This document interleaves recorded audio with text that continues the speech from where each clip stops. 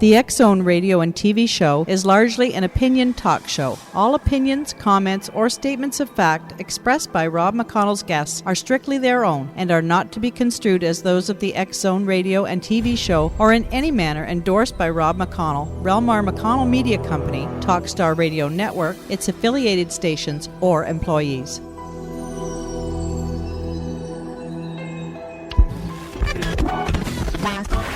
All Hit Radio.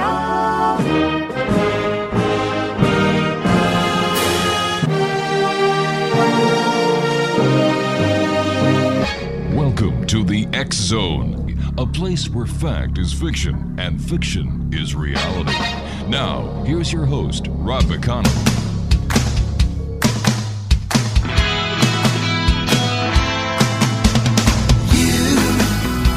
Doing that thing you do, breaking my heart into a million pieces, like you always do.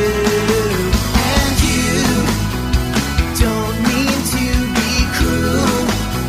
You never even knew about the heartache I've been going through. Well, I try to forget you, girl. Just so hard to do.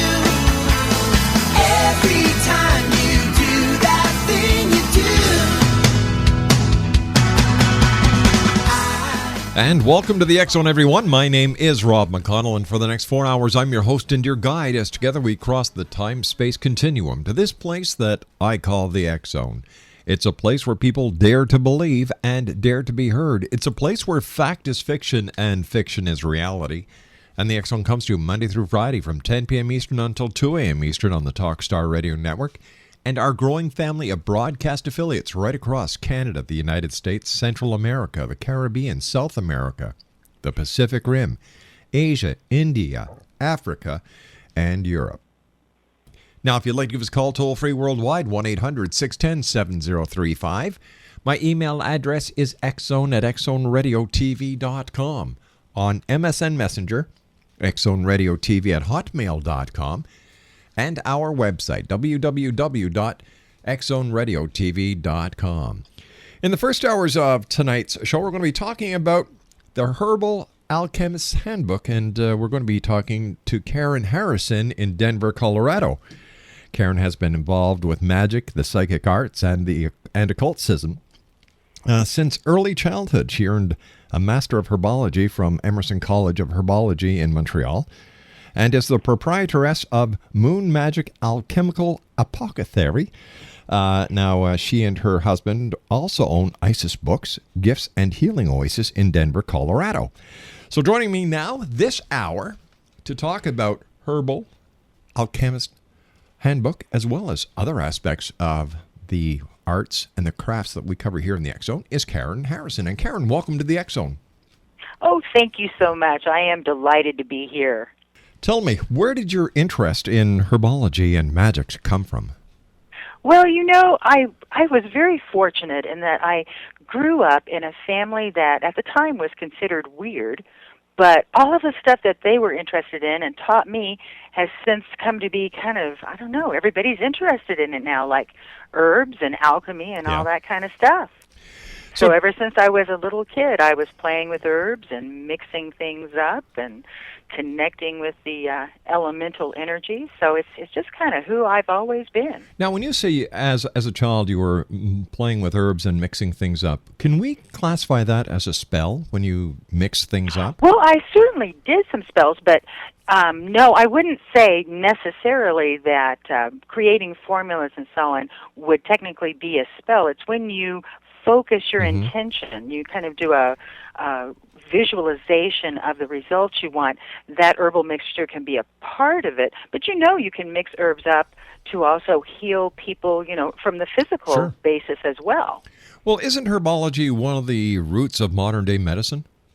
Oh, absolutely. In fact, it's only been in the last 100 years here in the United States. They're still using herbs much more actively in Europe.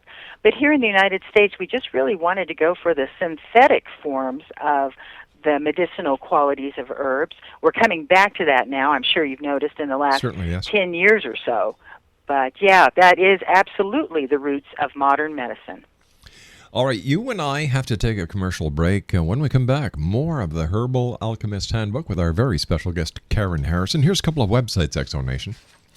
www.karen-harrison.com and www.isisbooks.com. That's www.karen-harrison.com and www.isisbooks.com. And Karen Harrison and I will be back on the other side of this commercial break in 2 minutes flat as the X Zone continues from our studios in Hamilton, Ontario, Canada. Once again, 1-800-610-7035, worldwide toll-free. Email xzone@xzoneradiotv.com.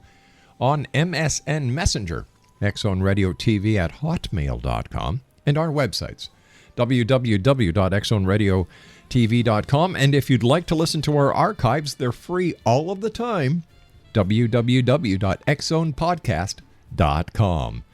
My name is Rob McConnell. This is the X Zone. We'll be back talking about herbal alchemy as well as magic this hour here in the X Zone. Don't go away.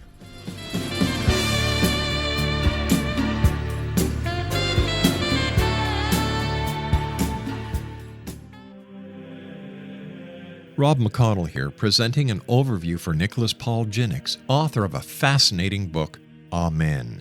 It presents facts revealed by Egyptologists, facts that enable us to understand why Amen is the beginning of creation of God. It provides recommendations for religious leaders of the major religions to unify their beliefs and teach the Word of God. Love one another. Amen informs people how mankind conceived God. It was the Egyptians that developed the concepts of a soul, a hereafter, and Son of God. And finally, after the worship of many gods, they conceived the belief in one universal God, the maker of all there is. For more information, visit www.futureofgodamen.com. That's www.futureofgodamen.com. Back in Victorian England, a famous theologian posed a perplexing riddle. Why are the two top personalities in the Bible tagged with the numbers 7 and 11? Academics agree the answer is found in the stunning discovery of a hitherto secret Bible structure explained in a new book called The Genesis Grid. The discovery is so simple that preschool children could illustrate it. Certain claims are hugely controversial and may offend some, but at the X Zone, we've studied this awesome new book and agree with one expert, and I quote, "These discoveries appear to be beyond coincidence." So who or what hid this wonderful pattern in the Bible, and what might they do next? Find out more, X Zone Nation, and read reviews on www.genesisgrid.co.uk. That's www.genesisgrid.co.uk.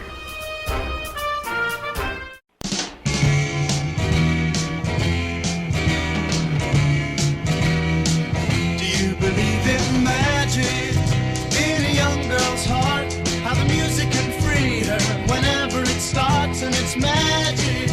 If the music is groovy and makes you feel happy like an old-time movie, I'll tell you about the magic and it'll free your soul. But it's like trying to tell a stranger about a rock and roll. You believe in magic, don't bother to choose if it's jug and music or rhythm and blues. Just go and listen. It'll start with a smile that won't wipe off your face, no matter how hard you try. Your feet start tapping and you can't seem to find how you got there. So just blow your mind.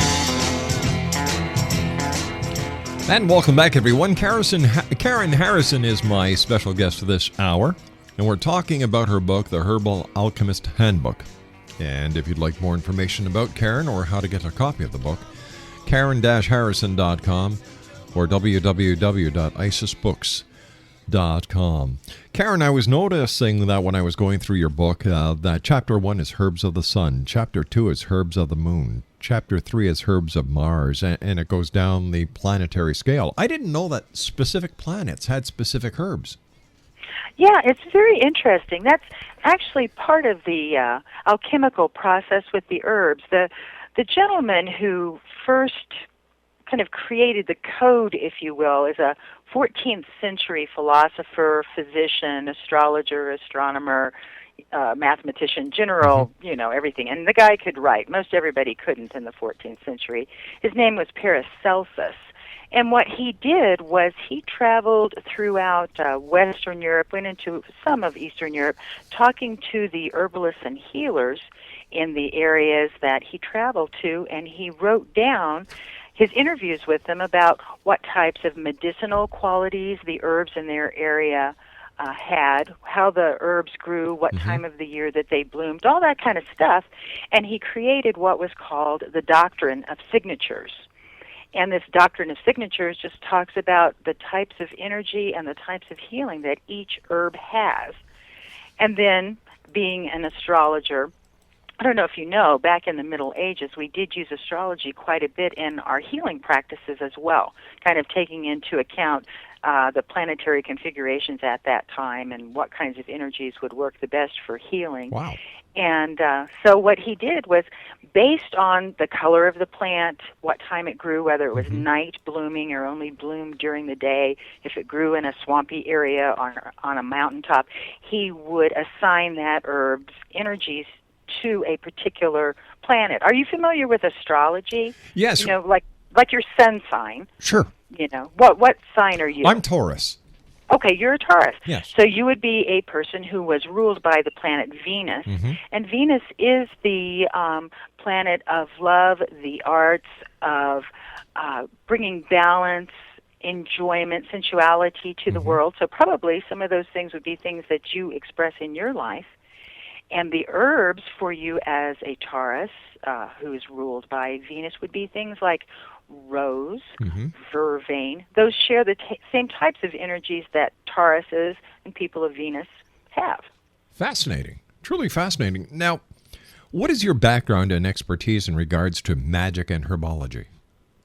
Well, as I said, I grew up in this family where on one side, my grandmother worked with herbs, but she was also a spiritualist. So she worked with the dead and that sort of thing.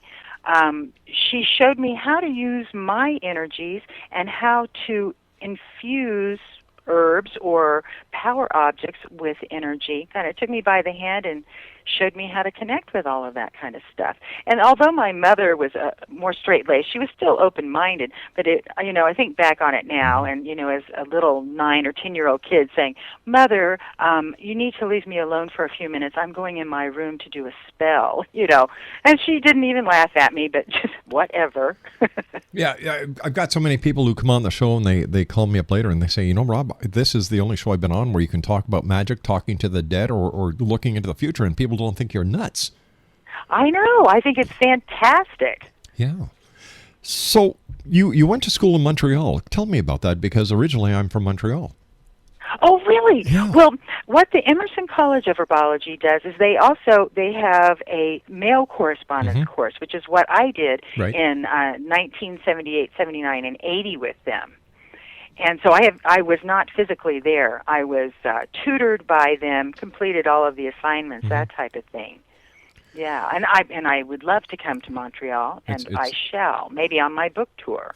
Tell me, are you seeing more and more people turning to the old ways in a very new and technological world? I think that they definitely are. But the old and the new really merge here now in the 21st century. I think that's part of what's going on. We're bringing back the old ways of using herbs to heal, but we do that in balance also with what we've learned from modern medicine as well. And I think that things like that should be in balance. In our computers, we have some of the things that are in there are the metal silver, which is one of the reasons why silver is getting so expensive right now. We have Herkimer diamonds. We have quartz crystals, all of which magically are known to be conductors of energy. And indeed, they are conductors of information and energy in computers. Isn't that interesting? It certainly is. We hear the word magic a lot. What does magic mean to you, and how is it applied with herbal alchemy? Well, I was talking earlier about that a spell was not necessarily just the Yeah. mixing of herbs.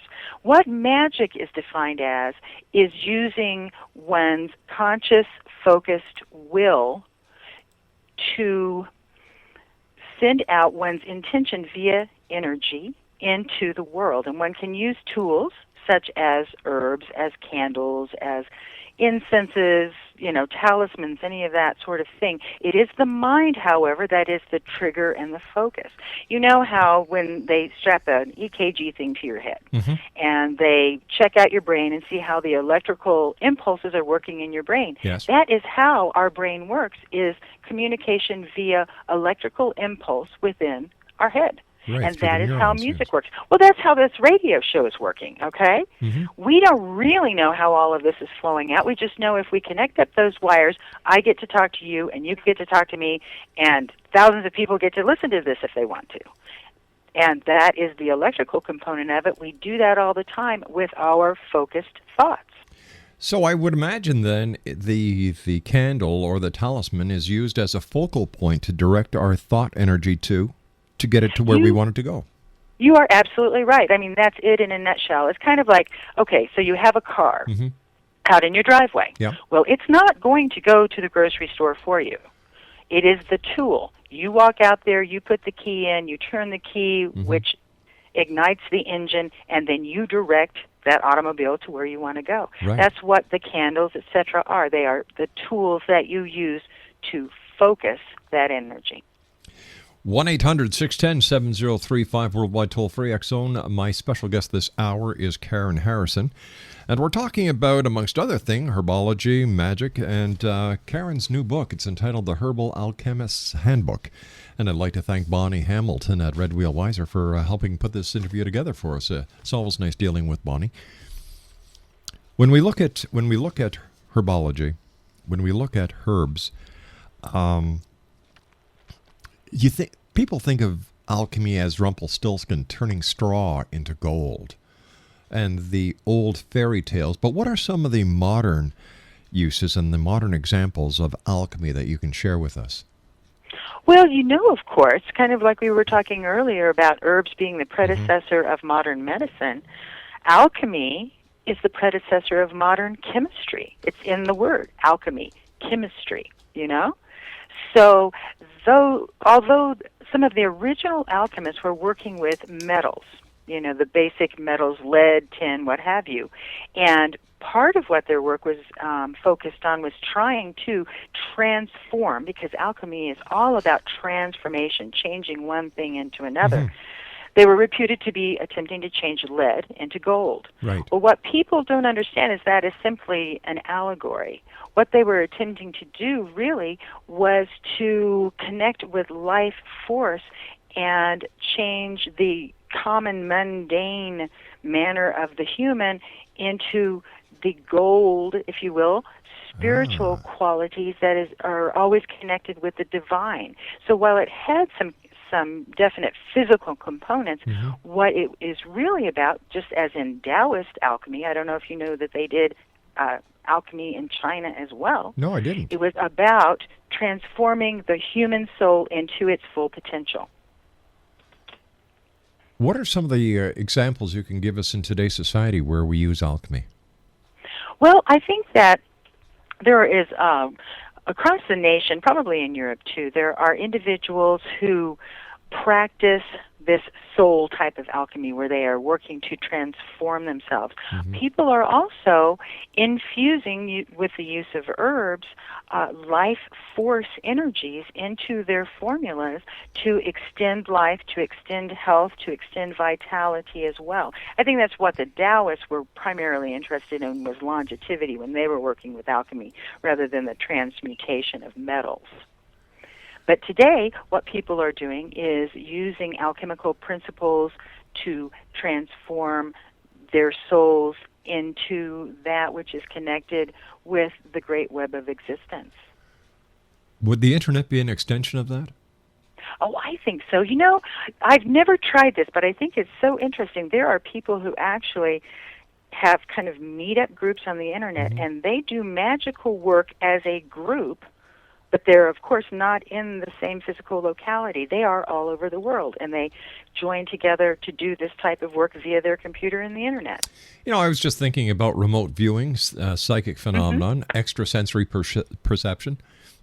They all fit into that criteria, and maybe it's the time that society, science, spirituality, philosophy, and religion get together and say, all right, we've got to rethink what we have thought over the past 2,000 years, because what we knew then and what we know now are two different encyclopedia sets.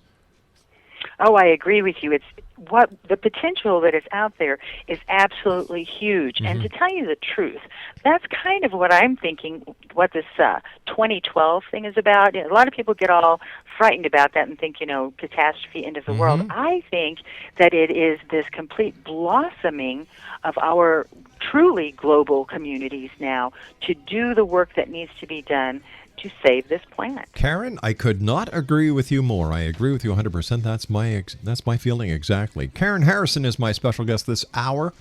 Karen and I have to take a news break. Exo Nation will be back on the other side.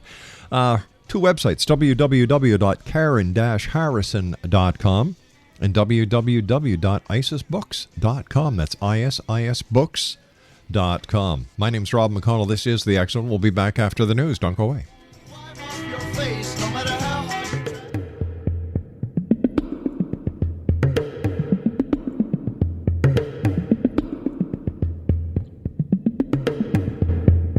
A witch doctor's power and his ancient tribal ways cruelly collide with the force and authority of modern Africa. Africa is viewed through myriad eyes. You will never forget these characters. A young girl forced to endure a painful, cruel, and antiquated tribal custom. The sole survivor of a vicious tribal massacre. A nun who endures physical assault that compels her to question her faith. A deprived, disadvantaged schoolgirl who is infected with HIV. The translucent soul of a murdered friend. Welcome to Africa's Unfinished Symphony.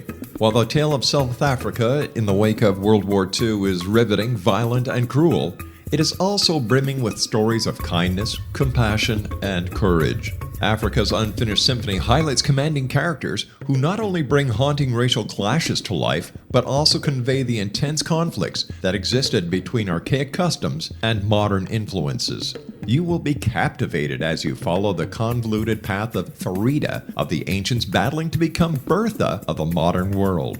But are the outcomes of her struggle the best results for her and her beloved Africa? Africa's Unfinished Symphony will immerse you in historic African themes that will jolt you out of complacency and into compassion. For more information on how you can get your very own copy of Africa's Unfinished Symphony, visit www.luciamann.com. That's www.luciamann.com.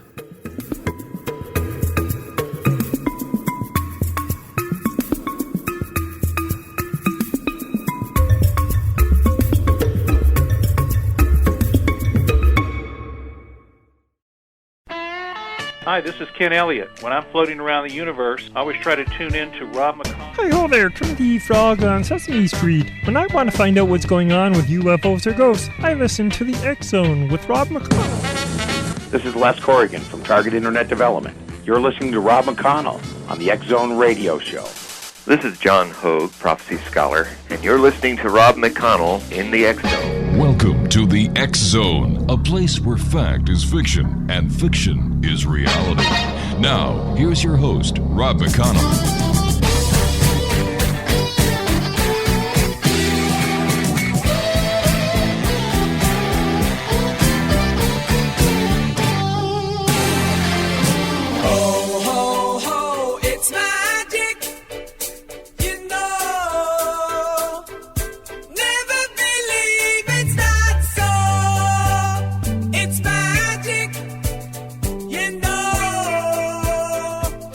Never believe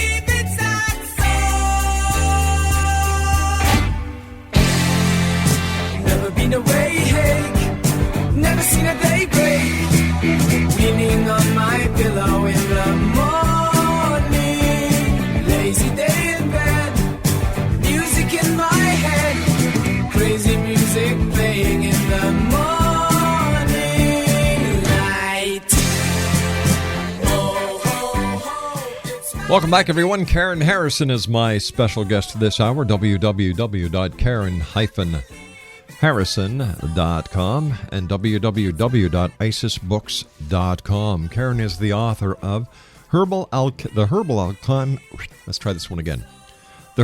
Alchemist Handbook. And once again, the two websites, www.karen-harrison.com and www.isisbooks.com. Karen, what kind of equipment does somebody need to become an alchemist? Do they need a chemistry set or... Oh, I think you definitely could go down to, in a lot of cities they have places that supply laboratory equipment for schools and that sort of thing. So you could get a small alembic, which is something that you would kind of boil or simmer your herbs in, all of your tubes and so on and so forth.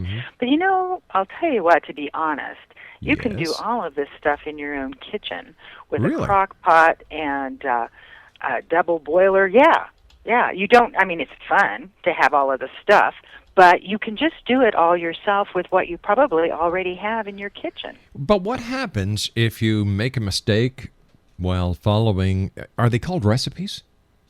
Recipes or formulas, Okay. What happens if you make a mistake with the recipe or the formula, and can anything strange or out of this world happen? No, I don't think so. Of course, you do want to be careful when you're making your stuff to make sure when you're using the herbs, if the formula that you're creating, you're planning on ingesting it, eating it, or drinking it, you want to make sure that you don't put any herbs in there that are going to have an untoward effect on the body. You certainly don't want to poison yourself. So you want to kind of use your medicinal herbal along with your magical herbal and make stuff that is not going to hurt you physically. But we were talking a little bit ago about how it's all about the focus, the mind's focus.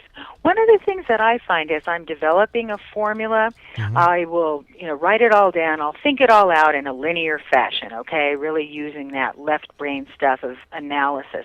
But then when I get down to the business of making my creation, physically doing it, sometimes I just get this intuitive nudge that says, you need this other herb in there too, So, of course, I put it in. I think you really got to balance the whole thing with the psychic or intuitive side of yourself as well as the analytical formula maker. So there's no difference between following a recipe and working on a formula than it is creating a culinary delight in the kitchen, because once you mastered the basic, then your intuition takes over. A little bit of oregano, a little bit of red chili peppers.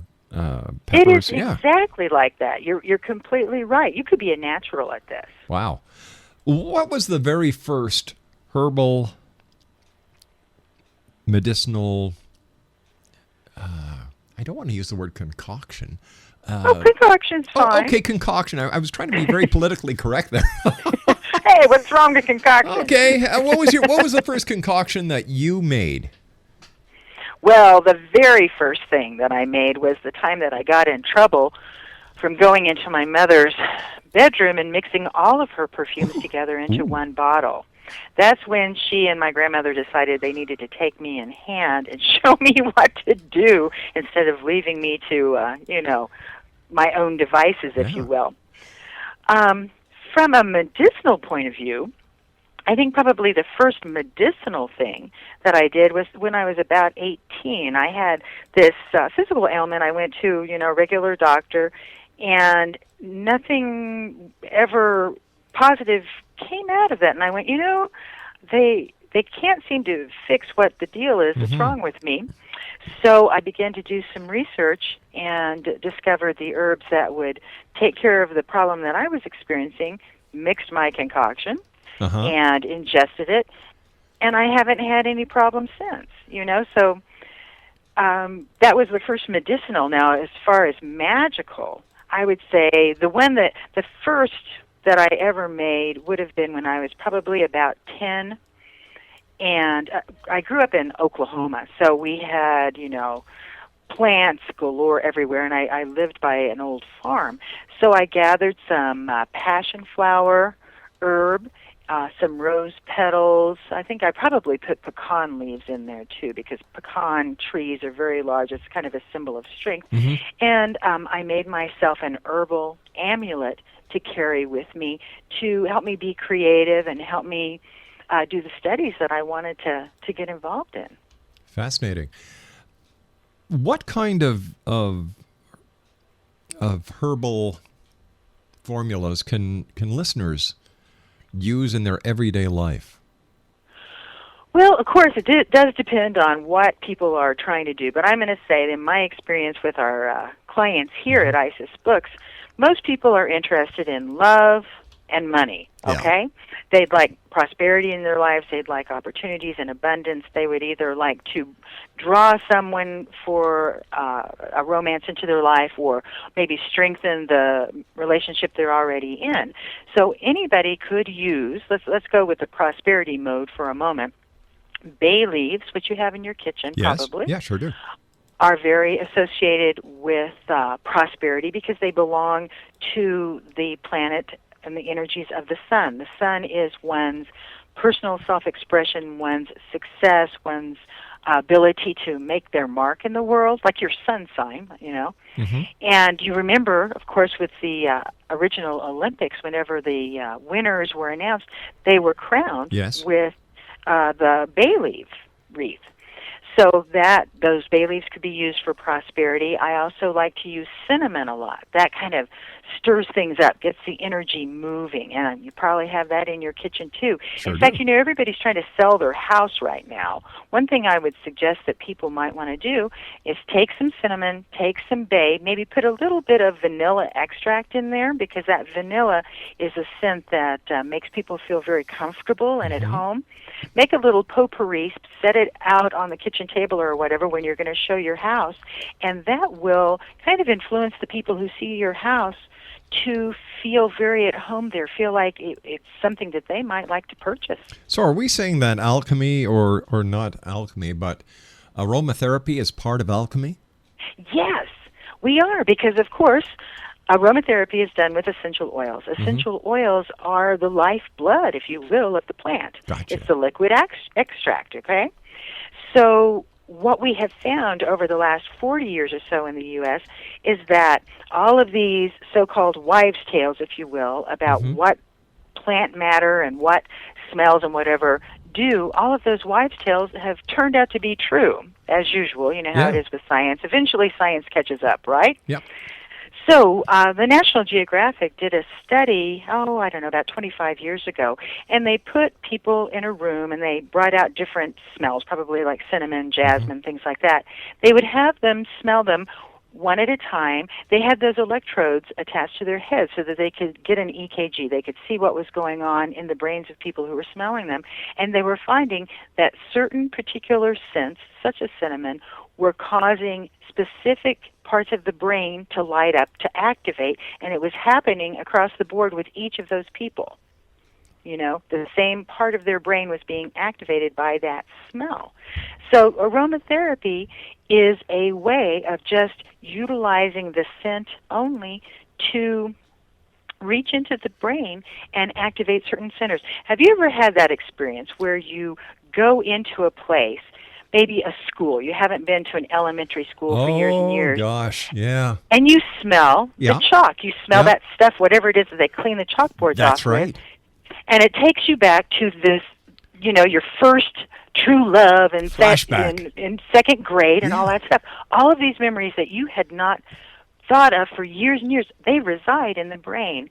And that smell activated that part of your brain's memory to bring that back to you. Or I still recall the very first time I met my wife, the perfume she was wearing, and every time I smell that perfume, bang, it reminds me of the first time I met my wife. Exactly. You see her face. You have that experience again because that knowledge resides within your brain. So it's just a way of retrieving it or activating it. It's just like at Christmas time, the smell of cinnamon brings Christmas. That's right. You know, the pine trees, of the Christmas tree. Wow. And this is all part of alchemy. This is all part of alchemy. It really covers everything from what we were talking about before, the basic metals and precious metals, to what the earth produces for us via herbs and oils. So let's go back in time and we'll look at the alchemist as the pharmacist of today and the naturopath, the doctor of today. So You are absolutely right. We've just done a complete 360 degrees. Yeah, and all of that is the basis of what we do today with science and chemistry and what we do today with modern medicine. Now, can alchemy help people who are listening today who may be under a lot of stress at work? Oh, certainly. In fact, they're starting, I don't know what I think about this. I think that you could run into problems with people's allergies or stuff, but in France, they are actually infusing the ductwork within an office building with the scent of lavender. Wow. Because lavender is known to relax people. Yes. It kind of helps to alleviate headaches and that sort of thing. And so they're trying to help the stress levels of the employees. The only problem I have with that is if somebody has an allergy to lavender, that wouldn't work so well for them. It's funny you mentioned that because my wife puts lavender in her pillows. That's right. It will help you relax and sleep. And then she also uses rose water in our bed attire. Well, absolutely. We were talking about Taurus, Venus, love, rose. Yep, you've got that connection. Wow. Geez, I wonder if my wife's an alchemist and I don't know it. Hey, we women, you never know what we're up to. 1-800-610-7035, worldwide toll free. My special guest this hour, Exonation, is Karen Henderson, and she is the author of a great book. And, thanks to Bonnie Hamilton, I received a copy of it, and it's very, very interesting. I can see it's been read. I wonder if Laura's been reading it. The Herbal Alchemist Handbook. And if you'd like more information, two websites, www.karen-harrison.com and www.isisbooks.com. Do the moon phases, do the moon phases affect the herbal alchemy as well?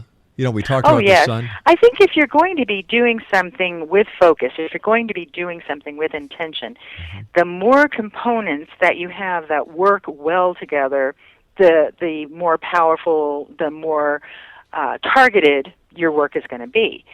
You've probably noticed, because you've talked to people who are in the medical field and that sort of thing, when the moon is full, of course, it affects the tides. The tides, the ocean tides get high and that sort of thing. Our bodies are, 90% water? We get affected too. It tends to bring our emotions, our intuition forward. We become more creative.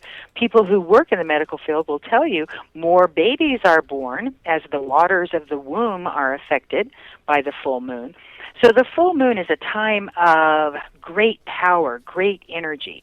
So if you were going to make something that you wanted to affect your environment, the outside world, quite a bit with, now this could be, job interviews or what have you, but you're affecting the outside world, you would want to make this at the full moon, or at least at the time of the waxing moon, which is that time between the new and the full moon when the moon is getting larger every night. That's the time to do any sort of meditations or make any sort of formulas that are going to affect the outside world. If you are working on your own self, say that you're getting rid of a bad habit, you're doing weight loss or what have you, or you're trying to retrieve your dream life a little bit more, you're trying to remember your dreams, you're trying to get in contact with your subconscious, you would do that type of meditation or make your herbal formulas during the waning moon, and that's the time after the full moon up to the next new moon, that 2-week period when the moon is getting smaller each time. That's the time for internal works. Exonation, some of the other topics covered in the Herbal Alchemist Handbook include magical incense, ritual oils, bath salts, and purifying bath herbs, herb amulets and magical potpourri. Custom formulas to balance, transform, empower, and manifest, creating custom formulas using numerology, creating custom formulas using astrology and natal charts, advanced herbal alchemical work with an astrological chart, This book is just filled with information. And I guess people, if you're looking for something that you've got this little gift that you just want to expound on, just go to www.karen-harrison.com or isisbooks.com. The name of the book is The Herbal Alchemist Handbook.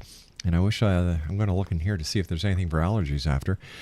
Karen Harrison is my special guest, and Karen and I will be back on the other side of this commercial break as the X Zone continues right here from our studios in Hamilton, Ontario, Canada. My name's Rob McConnell. Don't go away.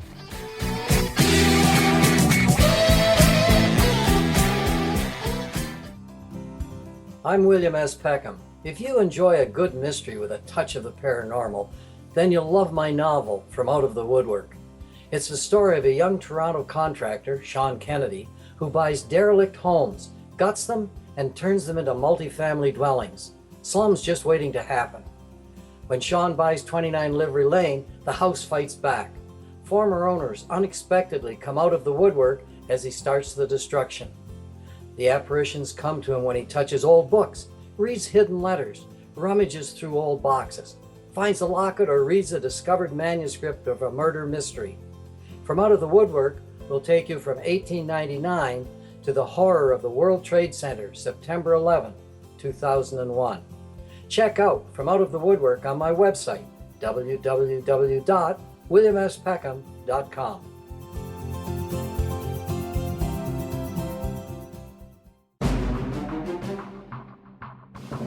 The new nonfiction book, Razor of Madness, is similar to cult movies like Clockwork Orange, Dragon's Tattoo, or The Other Side of Hell. Wayne Morin Jr. and Thomas Lee Howell will expose widespread and systematic deficiencies in this thought-provoking tell-all novel. Mind control rages among scholars in law schools. Human rights are ignored while thought reform and mental manipulation are accepted practices used as behavior modification. Dr. Louis Jolyon West comes to mind. Media and public scrutiny shows that United States mental hospitals are in fact destructive murder industries.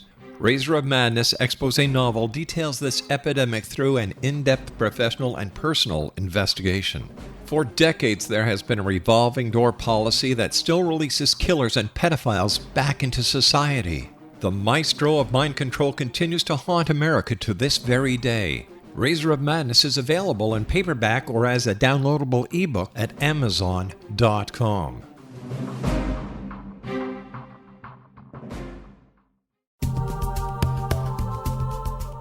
If you enjoy reading a good mystery with a touch of the paranormal, then you'll love From Out of the Woodwork by William S. Peckham.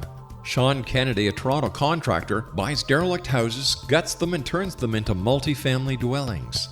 When Sean buys 29 Livery Lane, a century house in ruins, and starts the renovation, the house fights back. He is visited by ghosts of owners past. His visions are triggered by touching an oak mantle, reading a faded letter, opening an old locket, or opening a brand new casket in the basement. These visions will take you on a trip across southern Ontario from Niagara Falls to Toronto to Kingston. From Out of the Woodwork is now available in paperback and on your favorite electronic reader.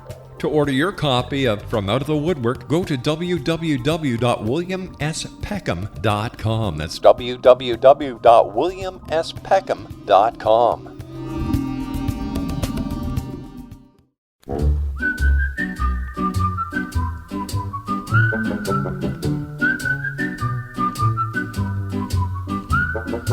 Magic moments when two hearts are caring. Magic moments, memories we've been sharing. I'll never forget the moment we kissed the night of the hayride. The way that we hugged to try to keep warm while taking a sleigh ride. Magic moments, memories we've been sharing. Karen Harrison is my special guest this hour, Exonation. She is the author of the Herbal Alchemist Handbook, www.karen-harrison.com and www.isisbooks.com. First of all, Karen, I want to thank you so much for joining us, and my apologies for my allergies that are kicking up. But so tell me, instead of me reading the book, is there anything in here for allergies? Well, I was thinking about it, you poor thing. Not from a magical perspective, but from a medicinal perspective, something that you might want to consider doing is going to your local health food store, getting some honey that has been produced from local bees. That's right. Because, they've gone all around the area picking up pollen from everything. And honey's a natural antihistamine. Yes, it's a natural antihistamine, and if you have those small bits of local pollen in there, you will be bolstering your immune system as you introduce that pollen to your system and give it a way to say, hey, I'm not going to have to deal with you anymore. Wow, that's great. Thank you very much for that. I really appreciate that. Now, how would someone start using the information that they find in your book, and what would they need? Well, I really wrote that so that the very beginner could use it, and the person who already had quite a bit of experience would have lots of stuff they could play with in there and that might be new to them. I would say I would start off with maybe making an herbal potpourri. It's one of the simplest things to do. As I said, most of the equipment that is in your kitchen you'll be able to utilize for this. You may have to pick up a mortar and pestle. That's that kind of heavy bowl-like thing that has the pestle, the masher thing, so that you can mix everything up and crush your resins.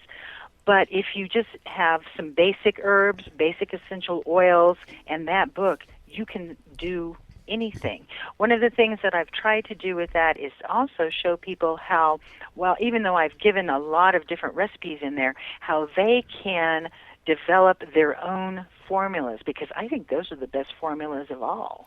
But I would imagine it's just like anything else, creep before you crawl. Make sure that you know what you're doing, following a formula or a recipe. And then once you've mastered that, then it's safer for the novices or the new alchemists to experiment. Am I correct? No, you're absolutely right about that. And as you experiment with formulas that have already been developed, and you begin playing with the herbs, you teach yourself how if you're going to add peppermint oil into your solution, you're really only going to add 2 or 3 drops, or else the whole thing is just going to completely smell like peppermint no matter what else you put in there. You will teach yourself not to put cinnamon oil in a formula that touches the skin so you don't raise welts on your skin. It is trial and error sometimes. It's just like in high school when they brought us into the chemistry lab. I think everybody was quick to find that if you were to take sulfur and put some paraffin in there and you just kind of put it over the Bunsen burner, you've got one heck of a stink bomb going. Oh, gosh, yes. I remember doing those sorts of things. My daughter and I were just playing with vinegar and baking soda, making volcanoes. Great, yeah. Karen, I want to thank you ever so much for joining us. Continued success, and I would love to have the opportunity of talking to you again here in the X Zone in the future. Well, thank you so much. This has just been a blast, and I really appreciate it. You take care of yourself, Karen. Bye-bye now. All right, I will. You too, and eat some honey. I will. X Zone Nation, Karen Harrison, www.karen-harrison.com and www.isisbooks.com. We'll be back on the other side of this commercial break with the news at 6.5 minutes past here in the X Zone with yours truly, Rob McConnell. Don't go away.